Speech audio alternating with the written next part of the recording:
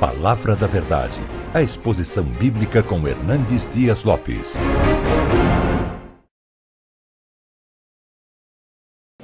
O texto que eu quero compartilhar com vocês está em 2 Timóteo, capítulo 4,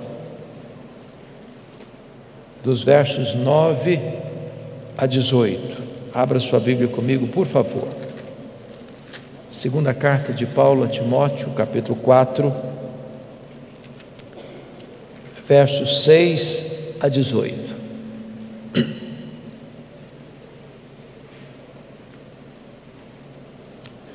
Todos vocês devem saber que esta carta foi a última carta que o apóstolo Paulo escreveu. E Paulo escreveu esta carta da sua segunda prisão em Roma. Segundo os historiadores, a prisão Marmetina, que era uma espécie de masmorra, úmida, fria, insalubre, de onde as pessoas saíam leprosas ou saíam para o martírio.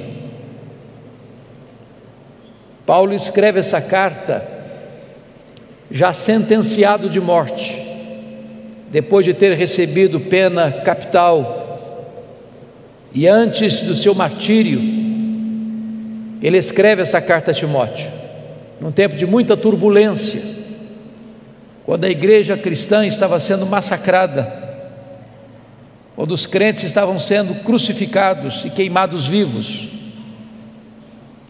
quando irmãos em Cristo estavam debandando de forma geral, abandonando o apóstolo Paulo, e até mesmo seu filho Timóteo estava com vergonha dele. Paulo escreve aqui suas últimas palavras antes de morrer, e portanto essas palavras se revestem de tanta importância para você e para mim. E ele se dirige a Timóteo assim: quanto a mim, já estou sendo oferecido por libação, e o tempo da minha partida é chegado. Combati o bom combate, completei a carreira, guardei a fé. Já agora a coroa da justiça me está guardada, a qual o Senhor reto juiz me dará naquele dia, e não apenas a mim, mas a todos quantos amam a sua vinda. Procura vir ter comigo depressa, porque Demas, tendo amado o presente século, me abandonou e se foi para Tessalônica. Crescente foi para a Galácia, Tito para a Dalmácia. Somente Lucas está comigo. Toma contigo Marcos e traze-o, pois me é útil para o ministério. Quanto a Tíquico, mandei-o até Éfeso. Quando vieres, traz a capa que deixei em Trode, na casa de Carpo, bem como os livros, especialmente os pergaminhos. Alexandre, o latoeiro, causou-me muitos males. O Senhor lhe dará paga segundo as suas obras. Tu guarda-te também dele, porque resistiu fortemente às nossas palavras. Na minha primeira defesa, ninguém foi a meu favor, antes todos me abandonaram. Que isto não lhe seja posto em conta, mas o Senhor me assistiu e me revestiu de forças, para que por meu intermédio a pregação fosse plenamente cumprida, e todos os gentios ouvissem, e fui libertado da boca do leão. O Senhor me guardará, ou me livrará também de toda obra maligna, me levará salvo para o seu reino celestial. A Ele glória pelos séculos dos séculos. Amém. Eu quero pedir permissão para você para só voltar nesse texto, na conclusão da minha fala. Meu propósito nesta noite é apresentar a vocês o apóstolo Paulo. Quem foi este homem que morreu pobre, velho, abandonado, cheio de cicatrizes, acusado de ser o líder dos incendiários de Roma? Quem é este homem que, inobstante morrer debaixo de ostracismo, é mais influente na história do que todos os Césares de Roma juntos? Quem é este homem que plantou igrejas nas províncias da Galácia, da Macedônia, da Acaia, da Ásia Menor, que de Jerusalém ao Ilírico anunciou a esperança do Evangelho?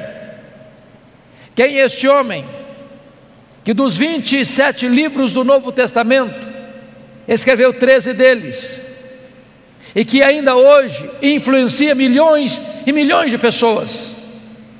Meu propósito nesta noite é apresentar a vocês este homem. Quem é este homem chamado Paulo? A primeira referência que nós poderíamos encontrar dele na Bíblia está lá em Filipenses capítulo 3, versos 5 e 6, quando diz que ele foi circuncidado ao 8º dia, da linhagem de Israel, da tribo de Benjamim, hebreu de hebreus, quanto à lei fariseu, quanto ao zelo perseguidor da igreja.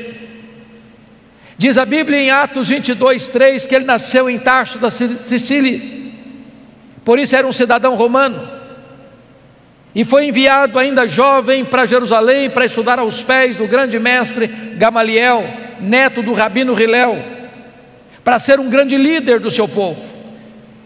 Diz Gálatas capítulo 1, versículo 14, que ele se destacou entre seus pares, entre seus contemporâneos, pelo zelo que ele tinha pela lei de Deus, pela maneira tão rigorosa com que ele estudou e se preparou para se transformar um grande rabino judaico, um homem de uma personalidade forte, um homem de um temperamento firme, um homem de uma capacidade intelectual sem precedentes no seu tempo, um homem que foi levantado para ser o grande líder do seu povo. Mas curiosamente, enquanto Saulo crescia e se fortalecia em Jerusalém, diz a Bíblia que um outro rabino também se despontava em Israel, não na decantada Jerusalém, território dos grandes luminários do saber teológico, mas na pequena, na desprezada Nazaré da Galileia, não perlustrando os bancos de uma universidade, mas com as mãos calejadas, trabalhando na faina de uma carpintaria. Diz a Bíblia que este rabino da Galileia, aos 30 anos de idade, deixa Nazaré, vai ao Jordão e é batizado por João Batista e dá início ao seu ministério. A Bíblia diz que ele ensinava não como os escribas e fariseus, mas como quem tinha autoridade. Os cegos viam, os coxos andavam, os mudos falavam, os surdos ouviam, os leprosos eram purificados, os mortos ressuscitavam, a glória de Deus nele se manifestava. Isso provoca o ciúme e a inveja dos fariseus, dos escribas, dos saduceus, dos religiosos de Jerusalém.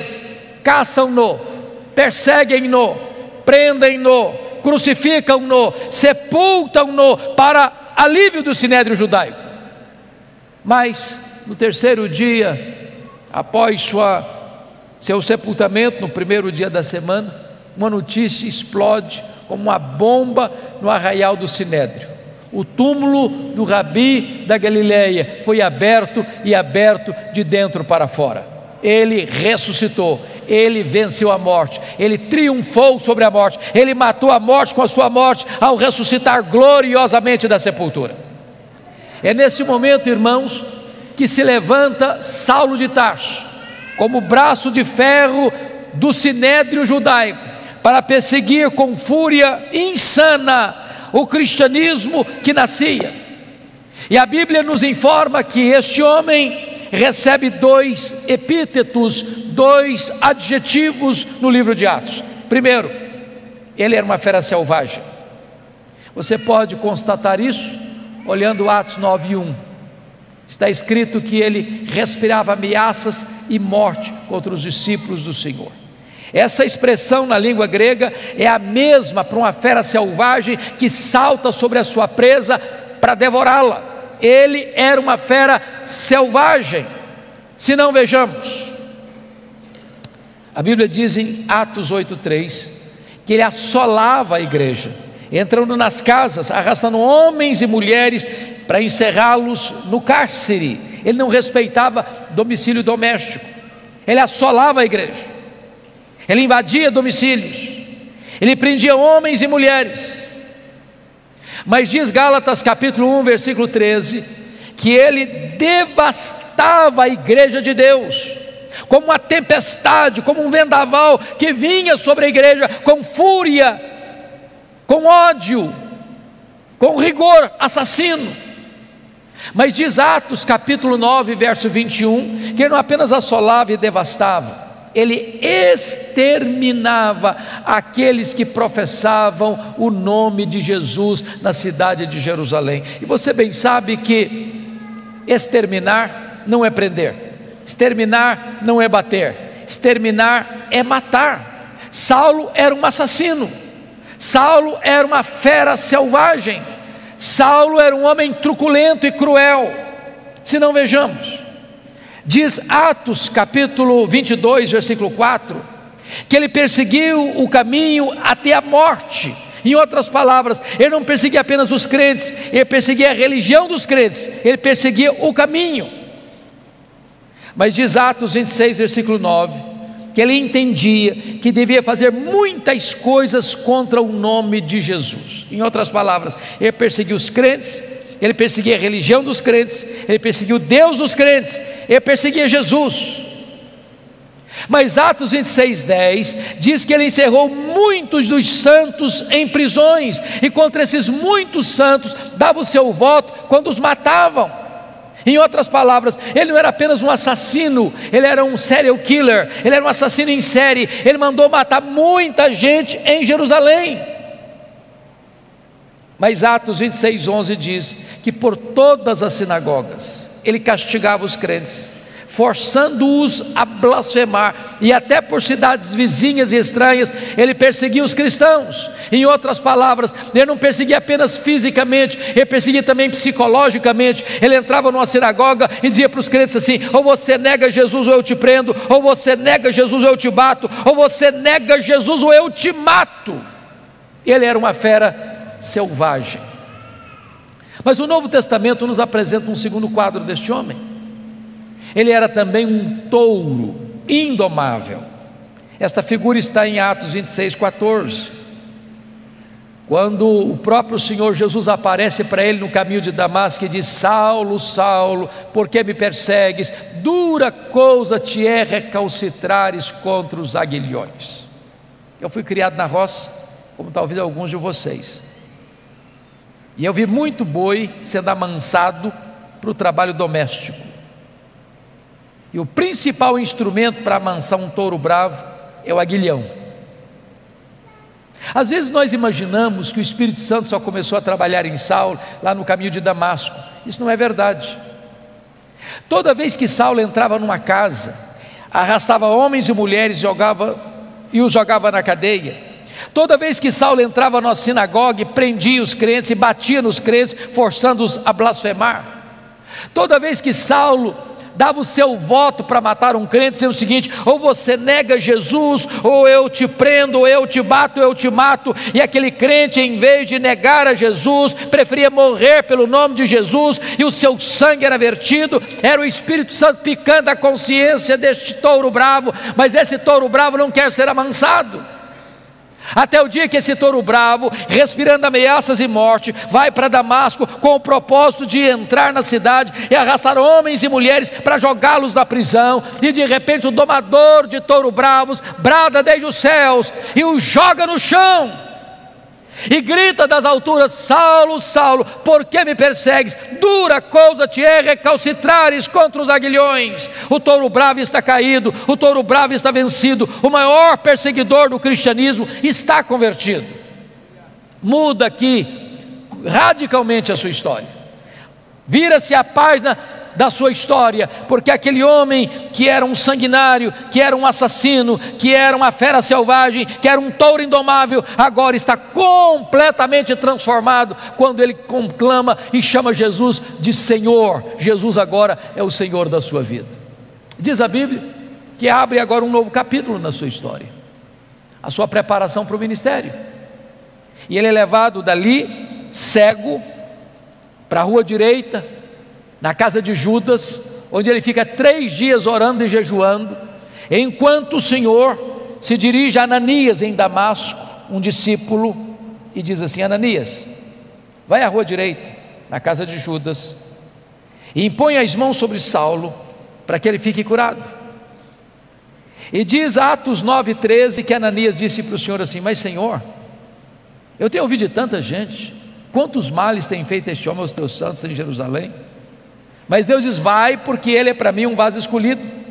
Eu enviarei para longe aos gentios e aos reis, e eu lhe mostrarei o quanto importa sofrer pelo meu nome. Diz a Bíblia que Ananias vai e impõe as mãos sobre Saulo, as escamas caem dos seus olhos, ele volta a ver. Diz a Bíblia que o Espírito Santo entra nele, ele fica cheio do Espírito Santo. Diz a Bíblia que ele foi batizado. E nesse momento eu convido você para abrir sua Bíblia em Atos 9:20, por favor. Logo depois que Saulo foi curado, logo depois que Saulo foi revestido com o Espírito Santo, logo depois que Saulo foi batizado, diz Atos 9:20, que a partir daí, em seguida, logo a seguir, ele começa a pregar nas sinagogas, afirmando que este Jesus é o Filho de Deus. Mas olha comigo Atos 9:22. Saulo mais e mais se fortalecia, confundindo os judeus, demonstrando que este é o Cristo, o Messias. Eu pergunto a vocês: tem alguma diferença entre o que ele fez no verso 20 para o que ele fez no verso 22? Prestem atenção. No verso 20 ele afirma que Jesus é o Filho de Deus, mas no verso 22 ele demonstra que Jesus é o Messias, é o Cristo. Demonstrar é provar uma tese detalhada, meticulosa e exaustivamente. Há uma profunda diferença entre a declaração do verso 20, onde ele declara que Jesus é o Filho de Deus, e o que ele faz no verso 22, onde ele prova detalhadamente que este Jesus, Filho de Deus, de fato é o Messias, é o Cristo. A grande pergunta é: quanto tempo durou entre o que ele fez no verso 20 e o que ele fez no verso 22? Atos não responde essa pergunta, mas a resposta está em Gálatas capítulo 1, versos 15 a 18. Diz que logo que ele foi convertido a Cristo, ele não sobe para Jerusalém, onde estavam os apóstolos, ele não consulta carne e sangue, ele vai para a região da Arábia, onde fica 3 anos, e diz então Gálatas 1,18, que depois de 3 anos na Arábia, ele retorna outra vez para Damasco.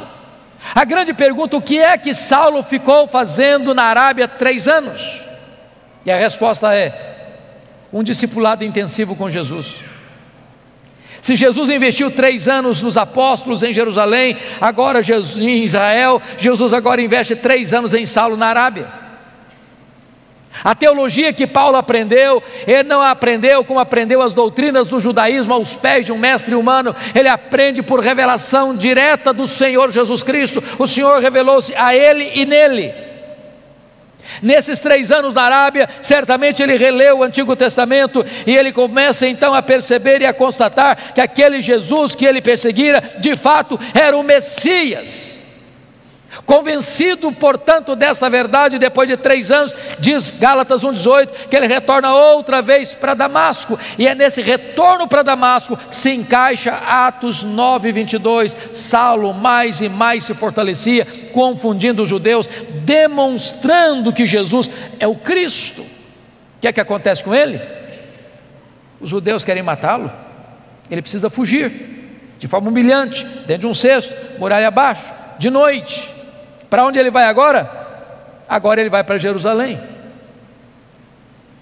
E aqui eu quero levantar uma tese com os meus amados irmãos, e preciso muito da sua atenção, porque às vezes nós imaginamos, irmãos, que Saulo foi já usado poderosamente por Deus desde a sua conversão. Isso não é um fato.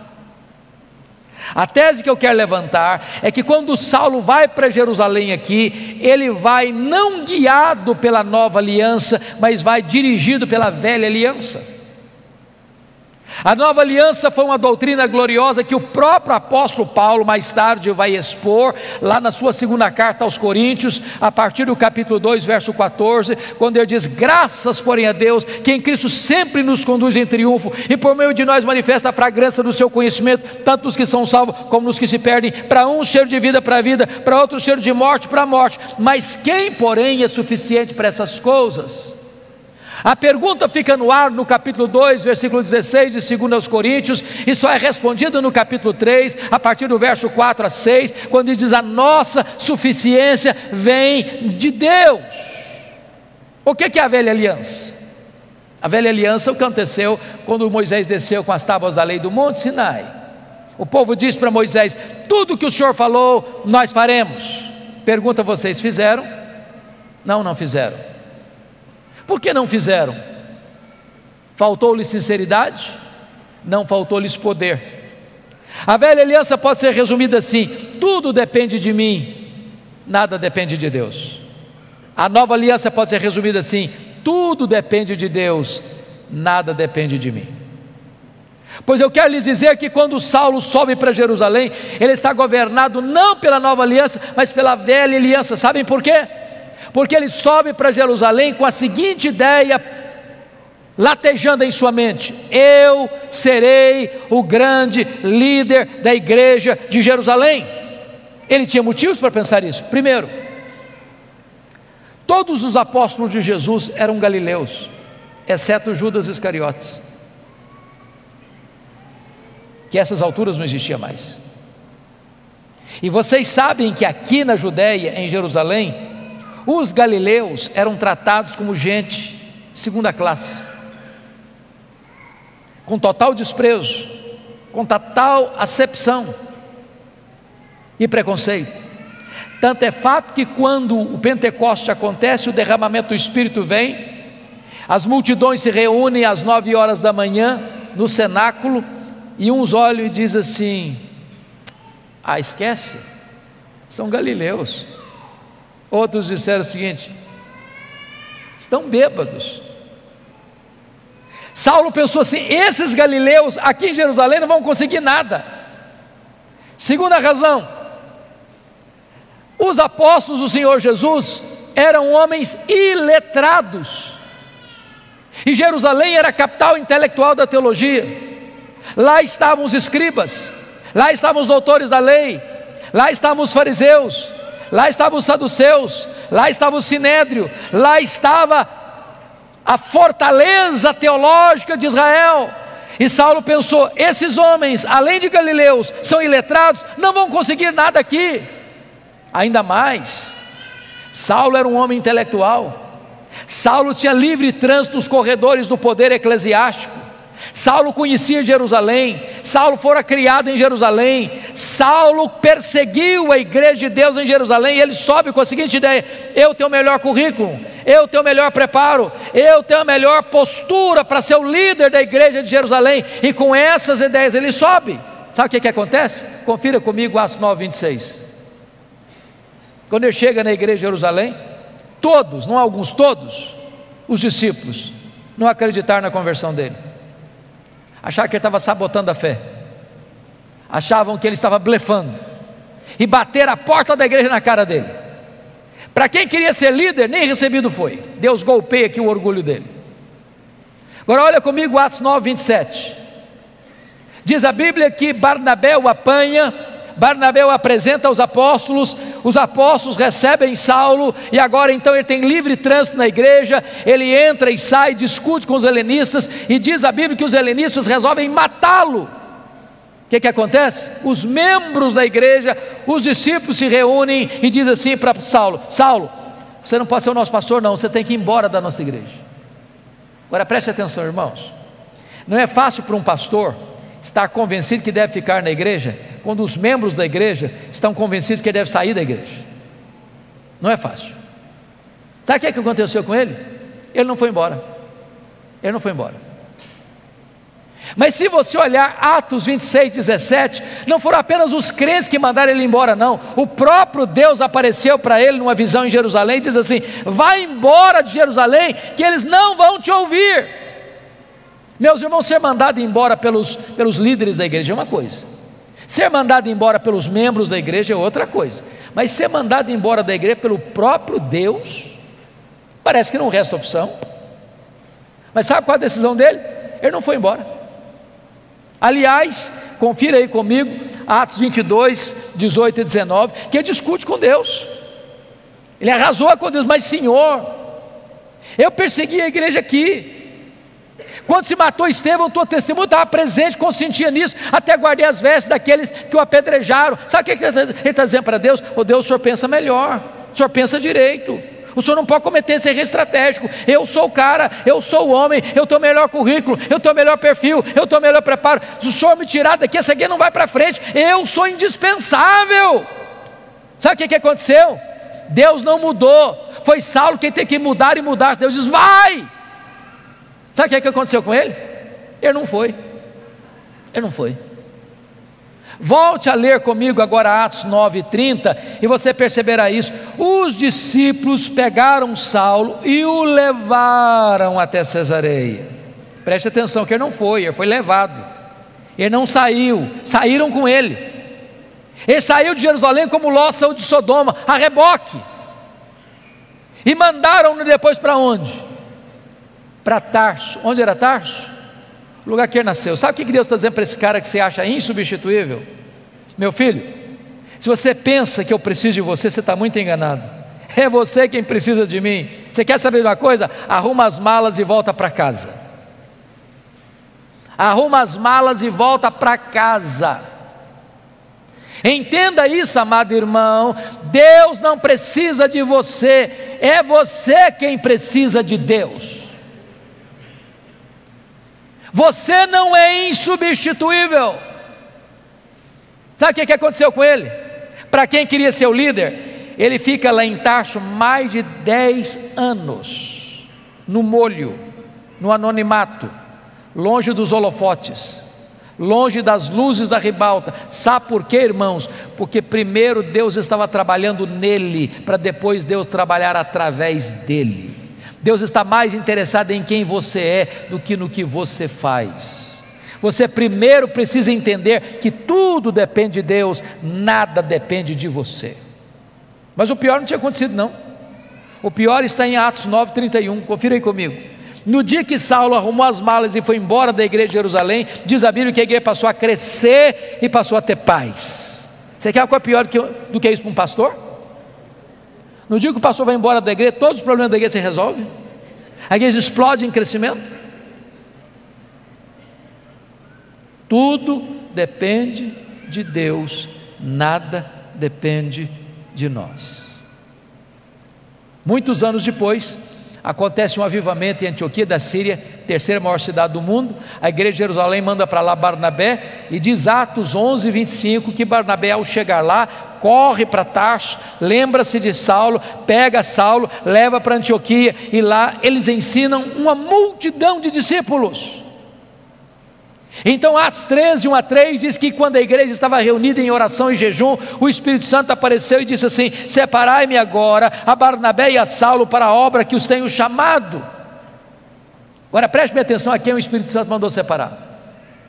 Não foi Saulo e Barnabé, foi Barnabé e Saulo.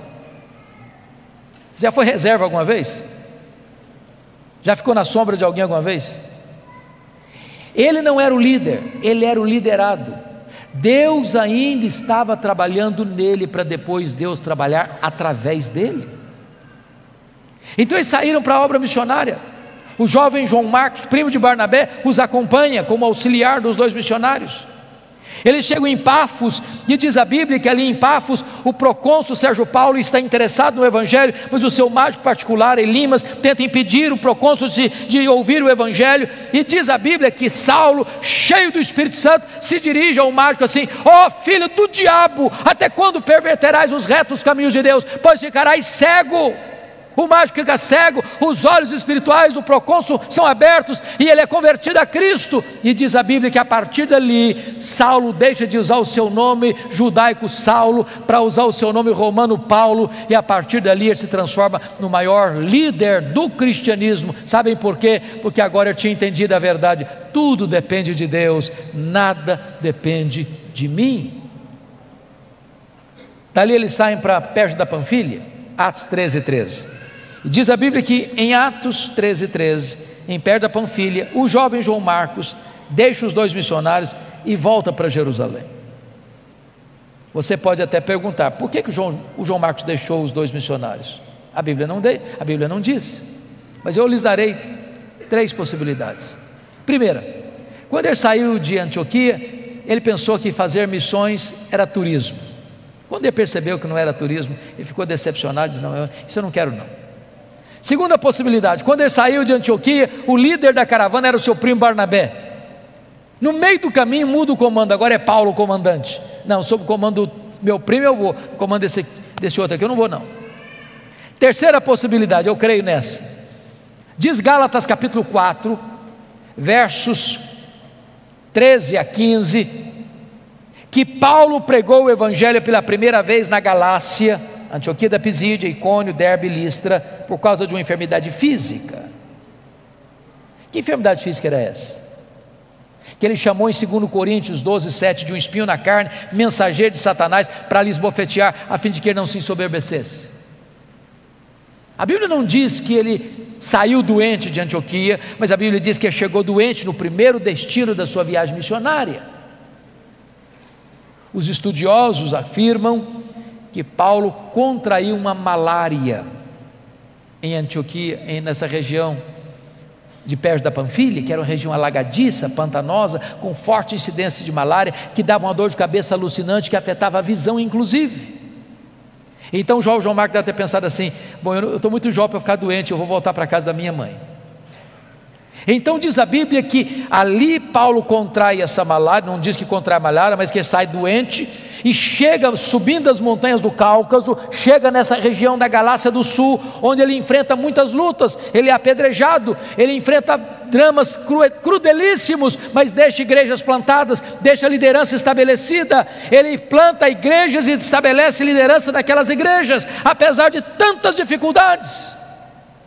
Diz Atos 14, verso 26 e 27, que ao término dessa primeira viagem missionária, eles retornam para a igreja de Antioquia da Síria, reúnem a igreja e relatam à igreja quantas coisas fizeram Deus por intermédio deles, e como Deus abrira a porta do evangelho para os gentios.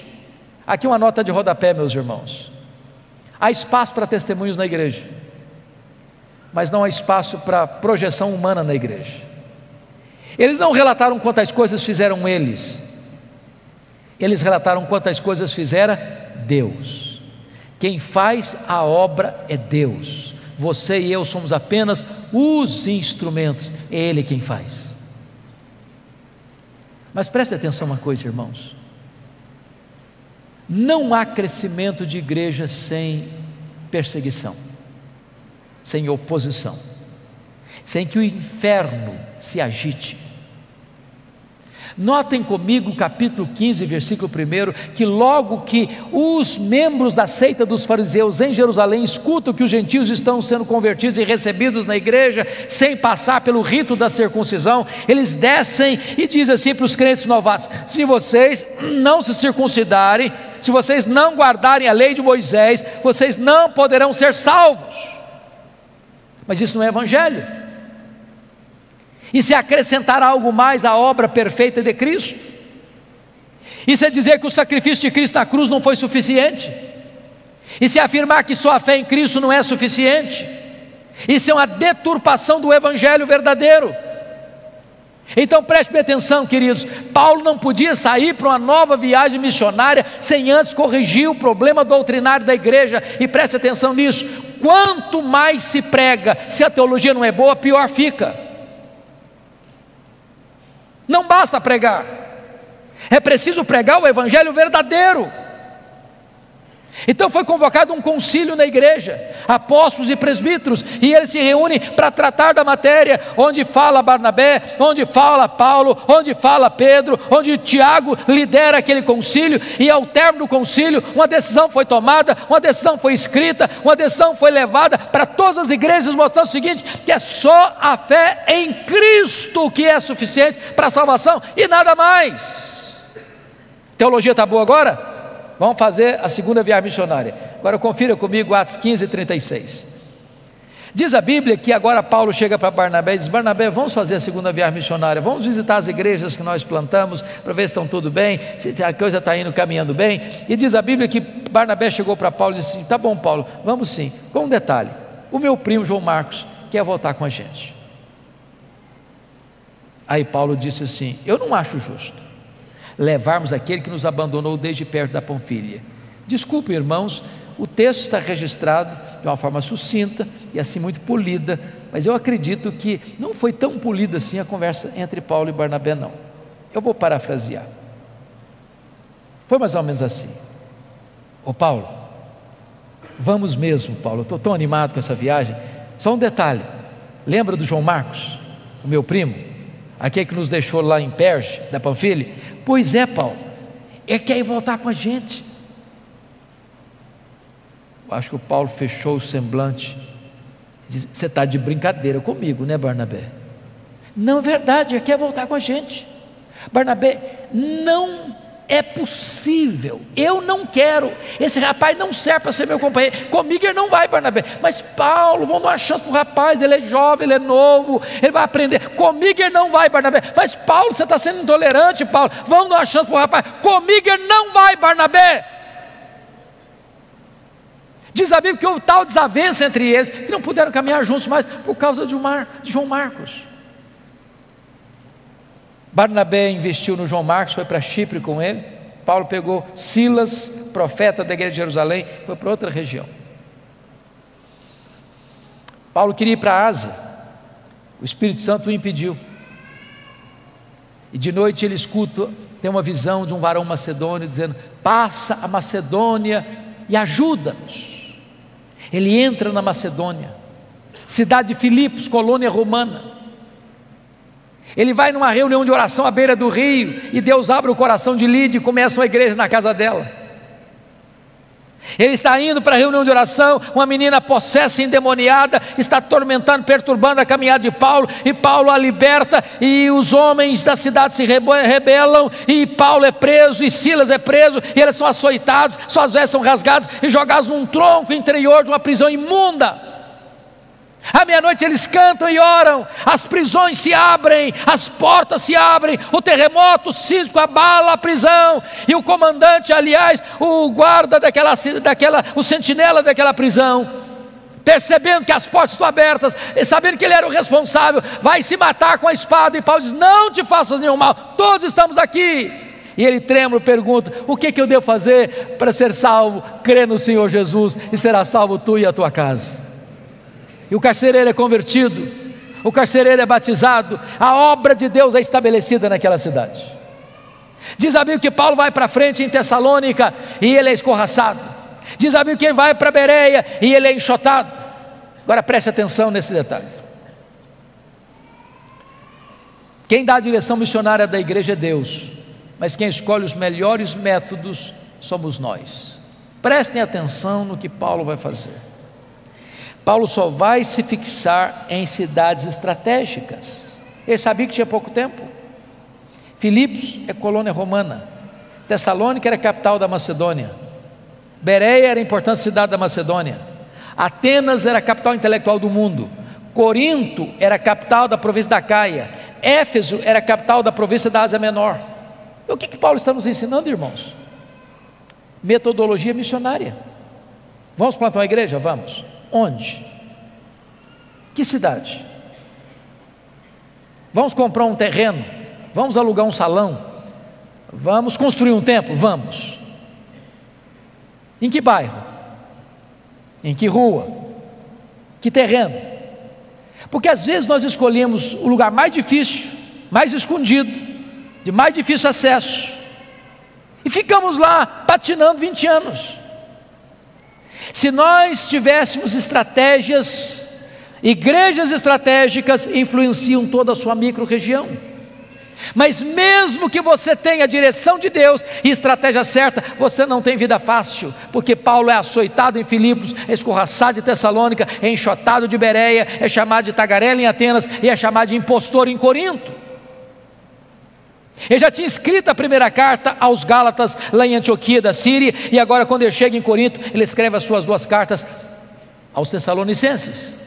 Ele vai para a 3ª viagem missionária em Éfeso, e vocês sabem que Éfeso, capital da Ásia Menor, era uma cidade de mais de 300 mil habitantes, era um centro de culto pagão da época, porque o grande templo da deusa Diana estava lá, uma das 7 maravilhas do mundo antigo. E Paulo chega nessa cidade idólatra, Paulo chega nessa cidade cheia de feitiçaria, e diz a Bíblia que em 3 anos que ele fica ali, ele desarticula a idolatria, ele desarticula a feitiçaria, a palavra de Deus prevalece na cidade, igrejas são plantadas em toda a província, como Esmirna, Pérgamo, Tiatira, Sardes, Filadélfia, Laodiceia, Colossos e Herápolis. Amados irmãos, eu não posso entender um fato desse, com toda a tecnologia que você e eu temos hoje, de rádio, de televisão, de Bíblia impressa, de folheto, de zap e de tudo mais. Chega uma cidade de 300 mil habitantes, 3 anos, se você não tomar muito cuidado, nem o seu bairro sabe que você está ali. Paulo chega numa cidade 3 anos, sem nada disso, e a cidade é impactada, a cidade é transformada, igrejas são plantadas. E agora diz a Bíblia que ali de Éfeso ele escreve as suas 2 cartas à igreja de Corinto, está saindo da igreja, indo para Jerusalém, levar uma oferta para os pobres da Judéia. Isso porque ele assumiu um compromisso em Gálatas 2,10 de ir para os gentios, mas não se esquecer dos pobres. Isso porque Atos 18,2 diz que no tempo de Cláudio uma grande fome invadiu o mundo, e muitos judeus foram expulsos, aliás os judeus foram expulsos de Roma e voltaram para a Judéia sem casa, sem propriedades para trabalhar. E Paulo levanta uma oferta e vai levando essa oferta. Quando ele chega para embarcar em Mileto, ele diz para os presbíteros de Éfeso assim: o Espírito Santo me assegura que o que eu vou enfrentar pela frente são cadeias e tribulações, mas em nada eu considero a vida preciosa para mim mesmo, conquanto que eu complete a minha carreira e o ministério que eu recebi do Senhor Jesus para testemunhar o evangelho da graça de Deus. Quando ele chega e desembarca em Cesareia Marítima, Ágabo prende com o cinto e diz: você vai ser preso em Jerusalém, é isso que vai acontecer com você lá. Os discípulos tentam demover, ele diz: eu estou pronto não só a ser preso, eu estou pronto a morrer por Jesus em Jerusalém. Ele chega e é preso mesmo. Os judeus resolvem matá-lo. 40 judeus entram em conspiração de anátema: nós não vamos comer, nós não vamos beber enquanto não matar Paulo. A notícia chega ao comandante, ele é transferido naquela noite para Cesareia Marítima, onde fica 2 anos sendo acusado pelos judeus. Diante da fraqueza do governador Festo, pronto a entregá-lo ao Sinédrio, e o Sinédrio pronto a matá-lo no caminho, Paulo, percebendo a jogada, diz: eu sou cidadão romano e eu quero ser julgado diante de César. E o governador diz: para César você quer ir? Para César você irá. Mas Deus já havia dito para ele, lá em Atos 23:11, quando ele estava preso na fortaleza em Jerusalém: coragem, Paulo, assim como você deu testemunho aqui em Jerusalém, eu quero que você dê testemunho também em Roma. Ora, irmãos, Deus o queria em Roma, e quando ele escreveu sua carta aos romanos, indo para Jerusalém, na Macedônia, ele disse que queria ir para Roma, e de Roma ser enviado à Espanha. O que você espera? Se Deus o quer em Roma, e se ele quer ir para Roma, você espera que a viagem fosse tranquila. Diz Atos 27, que quando ele está para embarcar, ele diz para o comandante assim: não é prudente viajar não, está chegando o inverno, não se navega com segurança no inverno. Mas o comandante não escutou Paulo não, e diz a Bíblia que aquela viagem se torna turbulenta, uma tempestade terrível, o navio se arrebenta todo, o trigo que carregavam teve que ser jogado no mar, e um anjo aparece para Paulo no navio e diz: coragem, Paulo, ninguém vai morrer, tem 276 pessoas nesse navio, todo esse time vai estar entregue nas suas mãos, eu por amor a você vou poupar essa gente, mas vocês vão ter que dar numa ilha. Quando o dia amanheceu, eles avistaram a ilha de Malta, e diz a Bíblia que quando desembarcaram, tinha uma fogueira para aquecê-los, e diz a Escritura que a única pessoa que tentou então manter a fogueira acesa foi o apóstolo Paulo, foi catar matar graveto e jogar naquela fogueira, e quando ele joga um punhado de graveto na fogueira, uma víbora brota do fogo e prende na mão do Paulo. Quando a cobra prende na mão do Paulo, os malteses gritaram: é um assassino, tenta se livrar do mar, a justiça não deixa viver, vai cair, vai inchar, vai morrer. Não caiu, não inchou, não morreu, mudar de opinião, é um Deus. Não, agora não é nem um assassino, nem um Deus, é o servo do Deus vivo. Não foi a tempestade que levou Saulo, ou melhor Paulo, para ele de Malta, foi a mão da providência divina. Porque tinha o pai do prefeito doente, Paulo orou por ele, foi curado, os demais enfermos vieram e eles foram curados, e Paulo passa ali os 3 meses do inverno e recebe toda a ajuda para ir para Roma com todas as suas necessidades supridas. E então diz a Bíblia que ele chega em Roma, não como sonhara chegar, mas chega preso, chega algemado. E ele escreve a sua carta aos Filipenses assim: meus irmãos, eu quero que vocês saibam que as coisas que me aconteceram têm antes contribuído para o progresso do Evangelho. Você poderia até perguntar: mas Paulo, o que aconteceu com você que contribuiu para o progresso do Evangelho? Ele faria um resumão para nós assim: olha, eu fui perseguido em Damasco, eu fui rejeitado em Jerusalém, eu fui esquecido em Tarso, eu fui apedrejado em Listra, eu fui açoitado em Filipos, eu fui escorraçado de Tessalônica, eu fui enxotado de Bereia, eu fui chamado de tagarela em Atenas, eu fui chamado de impostor em Corinto, eu enfrentei feras em Éfeso, eu fui preso em Jerusalém, eu fui acusado em Cesareia, eu enfrentei um naufrágio para Roma, eu fui picado por uma cobra em Malta, eu cheguei em Roma preso e algemado, mas eu quero que vocês saibam que as coisas que me aconteceram têm antes contribuído para o progresso do Evangelho. Esse homem não crê em acaso, esse homem não crê em sorte, esse homem não crê em azar, esse homem não crê em determinismo cego, esse homem não crê em olho gordo, esse homem não crê em misticismo, esse homem sabe que a mão de Deus dirige o seu destino.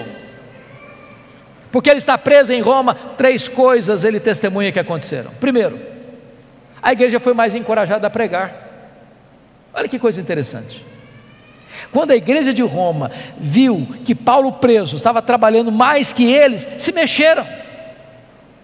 Ray Stedman, de saudosa memória, tem um método, segundo ele, que é um dos mais eficazes de crescimento de igreja. Eu pessoalmente não gosto tanto. Ele diz o seguinte: você quer ver a igreja crescer? Bote os pastores na cadeia e a igreja crescerá. Segundo, porque Paulo estava preso, diz ele, todos os membros da guarda pretoriana tomaram conhecimento das minhas cadeias em Cristo. Sabe o que significa isso, irmãos? Ele ficou 2 anos, 61 e 62 depois de Cristo, preso em Roma, na primeira prisão. Ele era um cidadão romano, tinha um soldado algemado com ele todo dia, em 3 turnos por dia. A guarda pretoriana era a guarda de elite do imperador, era a guarda de escola, eram os soldados da mais alta patente do império, eram 16 mil soldados da mais alta patente, gente que trafegava nos corredores do poder. Todo dia tinha alguém algemado com ele. E o que Paulo fazia com eles? Evangelho neles, evangelho neles, evangelho neles. Depois de 2 anos, toda a guarda pretoriana estava evangelizada. Se Paulo não estivesse nessa prisão, ele jamais alcançaria a elite de Roma. Deus o colocou lá e ele entendeu isso. Eu não sou prisioneiro de César, não, eu sou prisioneiro de Cristo, eu sou embaixador em cadeias. Não é o lugar que faz você, é você que faz a circunstância.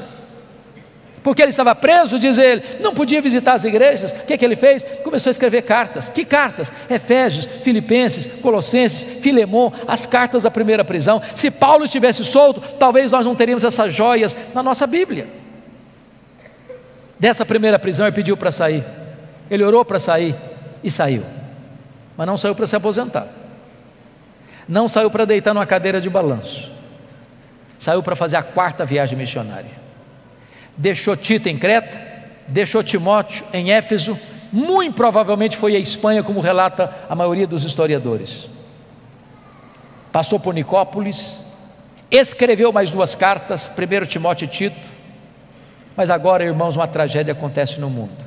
17 de julho do ano 64, Nero põe fogo em Roma, assiste o espetáculo do alto da torre de Mecenas, 7 noites, 6 dias de incêndio.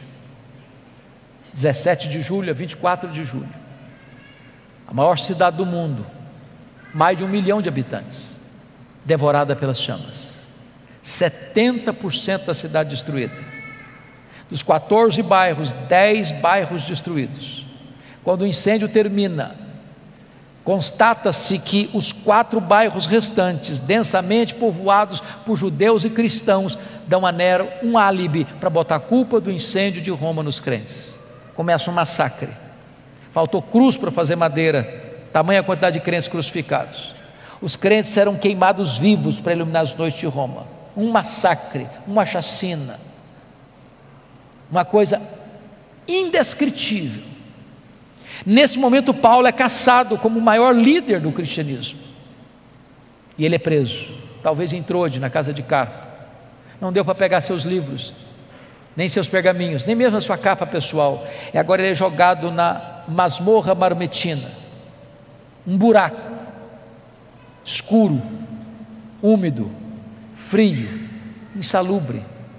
E é desta masmorra que ele escreve a sua última carta, a carta segundo Timóteo. E agora eu convido você para abrir o texto lá onde nós começamos, para nós encerrarmos esta palavra. Preste bem atenção, que Paulo está preso agora não é como um apóstolo, como da primeira prisão. O que está por trás dessa prisão não é mais os judeus, mas a máquina do Império Romano. Confira comigo aí capítulo 2, versículo 9. Ele está preso agora como um malfeitor, como um bandido. Pense você em Paulo, o grande apóstolo, circulando por todas as mídias da época, de boca em boca, de ouvido em ouvido, de esquina em esquina, de rua em rua, de avenida em avenida, de cidade em cidade, de aldeia em aldeia. Lembram do Paulo? Aquele Paulo, o pregador, o plantador de igrejas, o teólogo da igreja, o missionário maior da igreja? Pois ele é um bandido. Ele é o líder dos incendiários. Sabe o que aconteceu? Confira aí capítulo 1, versículo 15. Todos os da Ásia o abandonaram, todos. Ninguém quer ficar perto dele, ninguém se é amigo dele. Os crentes que foram recebidos por ele, filhos da fé dele, não querem mais saber dele. Todo mundo está com medo de se aproximar dele. Agora olha o capítulo 1, versículo 8. O próprio filho da fé, o mais íntimo cooperador do apóstolo Paulo, chamado Timóteo, está com vergonha de Paulo. Paulo diz: meu filho, não te envergonhes das minhas cadeias. Sabe o que aconteceu? Olha comigo capítulo 4, versículo 16. Vocês sabem que Roma, o Império Romano, mesmo diante de tamanha perseguição, o direito romano era muito famoso e até hoje é estudado nas universidades. Toda pessoa tinha direito de defesa, pois ele teve esse direito. Ele vai para a primeira audiência. Na minha primeira defesa, diz capítulo 4, 16, ninguém foi a meu favor. Pense comigo nessa cena. Paulo deve ter ido para lá assim pensando: vai ter muito crente lá para me defender, para dizer que eu não sou um bandido, para dizer que eu sou homem de Deus, para dizer que eu sou um apóstolo, para dizer que eu sou um pregador do evangelho, para dizer que eu sou comprometido com outra causa, a causa do bem, a causa do amor, a causa da salvação. Vamos dizer que eu não sou esse homem de quem estão acusando aí. Quando ele chega lá, não tem ninguém para defendê-lo. Sabe o que aconteceu? Ele é condenado, não à prisão perpétua, é condenado à pena de morte. Pena de morte. É dessa forma que ele escreve essa carta. O que ele tem para repartir conosco? Primeiro, ele vai fazer uma avaliação da vida. Olha aí a avaliação do passado. Versículo 7, combati o bom combate, completei a carreira, guardei a fé. Todos os verbos estão no passado. Está dizendo o seguinte: a vida não foi amenidades não. Eu não larguei a obra no meio do caminho não. Eu não prostituí meu ministério não. Eu guardei a fé. Ele faz uma avaliação agora do seu presente no verso 6. Quanto a mim, já estou sendo oferecido por libação, e o tempo da minha partida é chegado. Sabe o que ele está dizendo? Ele está dizendo o seguinte: não é Roma que vai me matar não, eu que vou me entregar. Eu não vou me entregar para Roma não, eu vou me entregar como libação ao Senhor. E eu não vou morrer também não, eu vou partir. Porque essa palavra partida aí é um eufemismo para a morte. Essa palavra no grego tem 3 significados. Primeiro, é aliviar alguém de um peso. Sabe o que é morrer para um crente? É descansar da sua fadiga. Segundo, é desatar um bote e atravessar para o outro lado do rio. Sabe o que é morrer para um crente? É fazer a última viagem rumo à pátria celestial. Sabe o que significa a palavra partida? Significa o seguinte, é que você agora, nessa palavra, significa levantar acampamento, afrouxar as estacas de uma barraca provisória e ir para sua casa permanente. Sabe o que é morrer para um crente? É mudar de endereço, é ir para a casa do Pai. Paulo não está com medo de morrer, porque sabe em quem tem crido e sabe para onde está indo. Agora faz uma avaliação do seu futuro no versículo 8. E ele diz o seguinte: já estou indo receber a coroa da justiça, a qual o Senhor reto juiz me dará naquele dia, e não apenas a mim, mas a todos quantos amam a sua vida. Sabe o que ele está dizendo, irmãos? Não importa se Nero me considera um bandido, o que importa para mim é que eu vou comparecer perante o reto juiz, e o reto juiz já guardou para mim a coroa da justiça. Eu não estou indo para o cadafalso, não, eu estou indo receber a coroa da justiça, eu estou indo para a glória celestial. Mas esse homem não é um super-homem, ele abre o coração no final da vida e compartilha conosco a sua dor.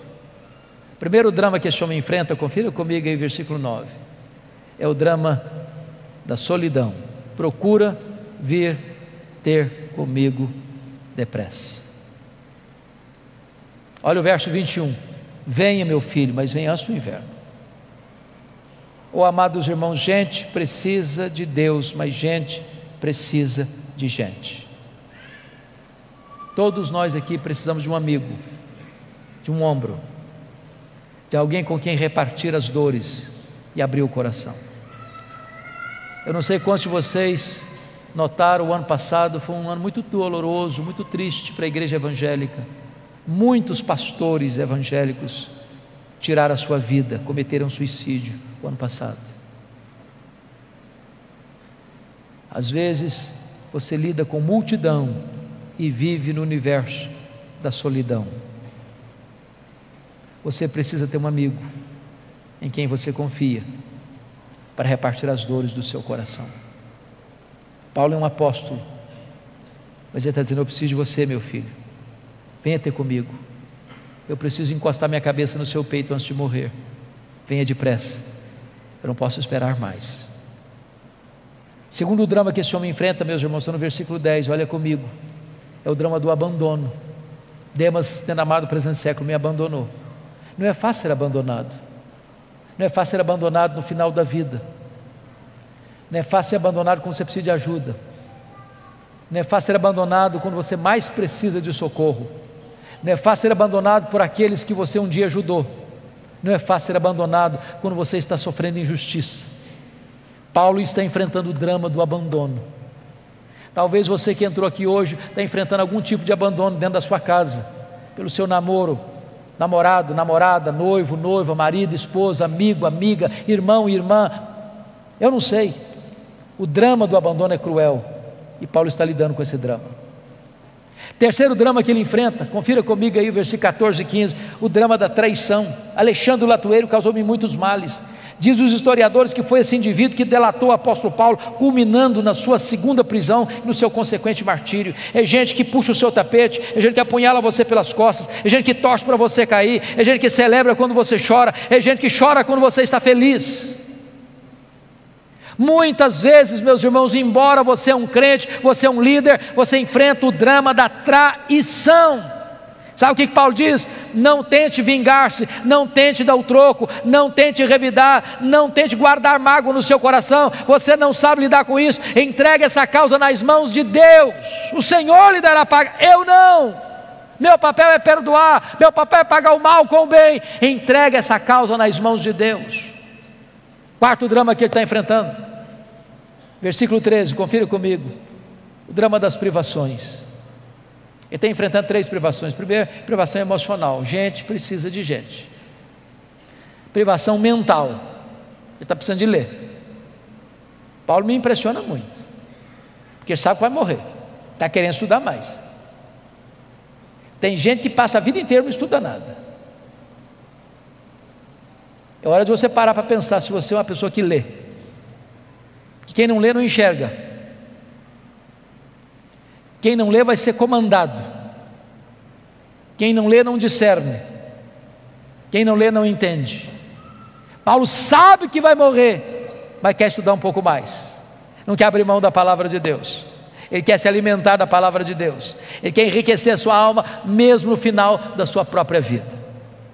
Mas ele enfrenta ainda, irmãos, o drama das privações físicas. O inverno está chegando, não tem uma capa para usar. Você sabe que gente velha sente mais frio que gente nova. Lá em Roma, no inverno, faz mais frio numa masmorra do que fora dela, e a temperatura baixa a 0 grau, até mais do que isso. Ele está dizendo o seguinte: meu filho, se você não vier logo, eu vou morrer de frio antes de ser degolado. Traz a minha capa quando você vier. Sabe o que me impressiona com isso? O maior pastor, maior teólogo, maior missionário, maior plantador de igrejas da história do cristianismo, não tem uma capa surrada para usar no inverno. E você? Tem casa, tem cama, tem roupa, tem comida, tem conforto, e às vezes você está murmurando. Está murmurando.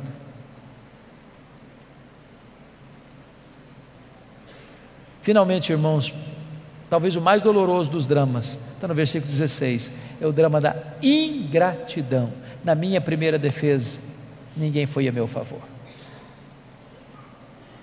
Você precisa cuidar do seu coração, sabe por quê? Se você tiver expectativa nos homens, você pode se frustrar. Você investe, você semeia, você abençoa, você trabalha, e quando você precisa de ajuda, às vezes essa ajuda não chega. Essa mão estendida não se abre para você. Mas bendito seja Deus, porque diz no verso 17 assim: mas o Senhor me assistiu, me revestiu de forças. Pode faltar para você o apoio dos homens, mas não faltará para você o apoio de Deus. Pode faltar para você o apoio da terra, mas não faltará para você o apoio do céu. Deus nunca vai desamparar você. Mas, amados irmãos, chega o dia da execução. Você pode imaginar o que esse homem está sentindo? Há alguns anos nós vimos com muita tristeza um brasileiro sendo executado num país asiático. A embaixada brasileira lutou, muitas cartas, centenas de cartas foram para aquele país, nada adiantou. Aquele moço pegado com drogas foi executado. Não é fácil chegar o dia no corredor da morte. Agora imagine esse homem carcereiro indo lá na masmorra de Marmetina, escura, úmida, insalubre, um buraco de pedra, escorrendo água. O inverno está chegando, é muito úmido. Eu imagino esse homem andando pelos corredores escuros daquela prisão. Eu imagino aquele homem abrindo aquela pesada porta de ferro dessa masmorra. Eu imagino esse homem entrando com a tocha de fogo para conseguir enxergar muito bem o que está lá dentro. E ele grita então: prisioneiro Paulo, prisioneiro Paulo, prisioneiro Paulo. Talvez lá no canto, alguns trapos em cima da pedra úmida. Aquele velho cheio de cicatrizes se levanta e diz: sou eu estou aqui. Ele é acorrentado, ele é retirado dessa masmorra úmida, ele é levado ao cadafalso, ao local do patíbulo e da execução. E eu imagino esse homem perguntando para ele assim: você quer dizer algumas palavras antes de morrer? Pensando que ele havia de dizer da mágoa, da dor, do ressentimento, da revolta, da tristeza, da decepção. E o velho apóstolo responde: sim, eu quero dizer algumas palavras antes de morrer. E naquele momento, ele ergue os olhos aos céus e diz a ele: ao Senhor Jesus, glória pelos séculos dos séculos, amém. Botou a cabeça no cepo da forquilha, a espada de Roma tosou-lhe a cabeça, corpo para um lado, cabeça para o outro, tombou na terra como um mártir, mas foi recebido no céu como um príncipe. Este homem, irmãos, que diz para você e para mim: sede meus imitadores, como eu sou imitador de Cristo. Que Deus nos ajude nesse tempo em que o Evangelho está tão desfigurado, onde os pregadores estão sendo tão comercializados por interesses humanos.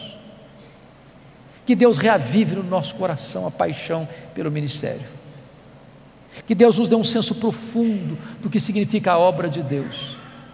E que você e eu sejamos homens segundo o coração de Deus, mulheres segundo o coração de Deus, cheios do Espírito Santo, entendendo que se vivemos para o Senhor, vivemos, mas se morremos para o Senhor, morremos. Quer pois vivamos, quer pois morramos, nós somos do Senhor. Eu quero orar com vocês. Quero colocar a sua vida diante de Deus. Quero desafiar você a viver uma vida digna do Evangelho. Eu queria que você ficasse em pé onde você está. E eu quero colocar a sua vida diante do trono da graça.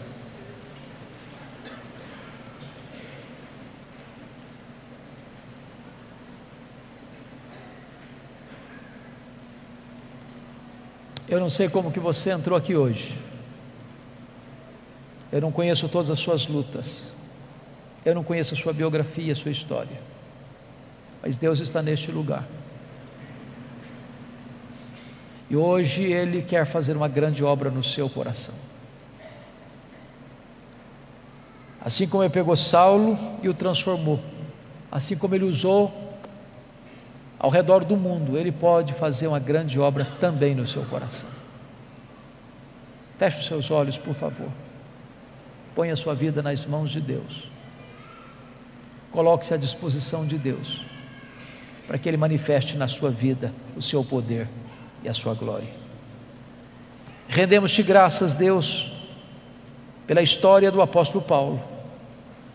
Rendemos-te graças pelo legado que ele nos deixou. Rendemos-te graças porque o ministério dele alcançou nações, povos e línguas. Rendemos-te graças porque este Evangelho chegou até nós. Rendemos-te graças porque hoje Tu nos desafias também a ir por todas as nações, todas as etnias da terra, levando a esperança do Evangelho.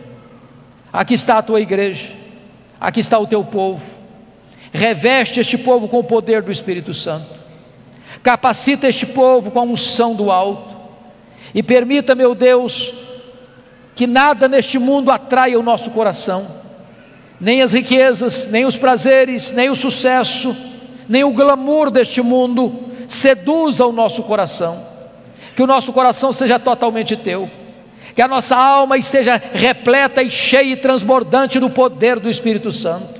Que a Tua glória inunde esta casa, que a Tua glória inunde cada coração aqui, e que a Tua igreja aqui representada em diversas denominações e igrejas dessa região, saia, meu Deus, no poder do Espírito Santo, para impactar essas cidades, para influenciar essas cidades com o poderoso Evangelho do Senhor Jesus Cristo.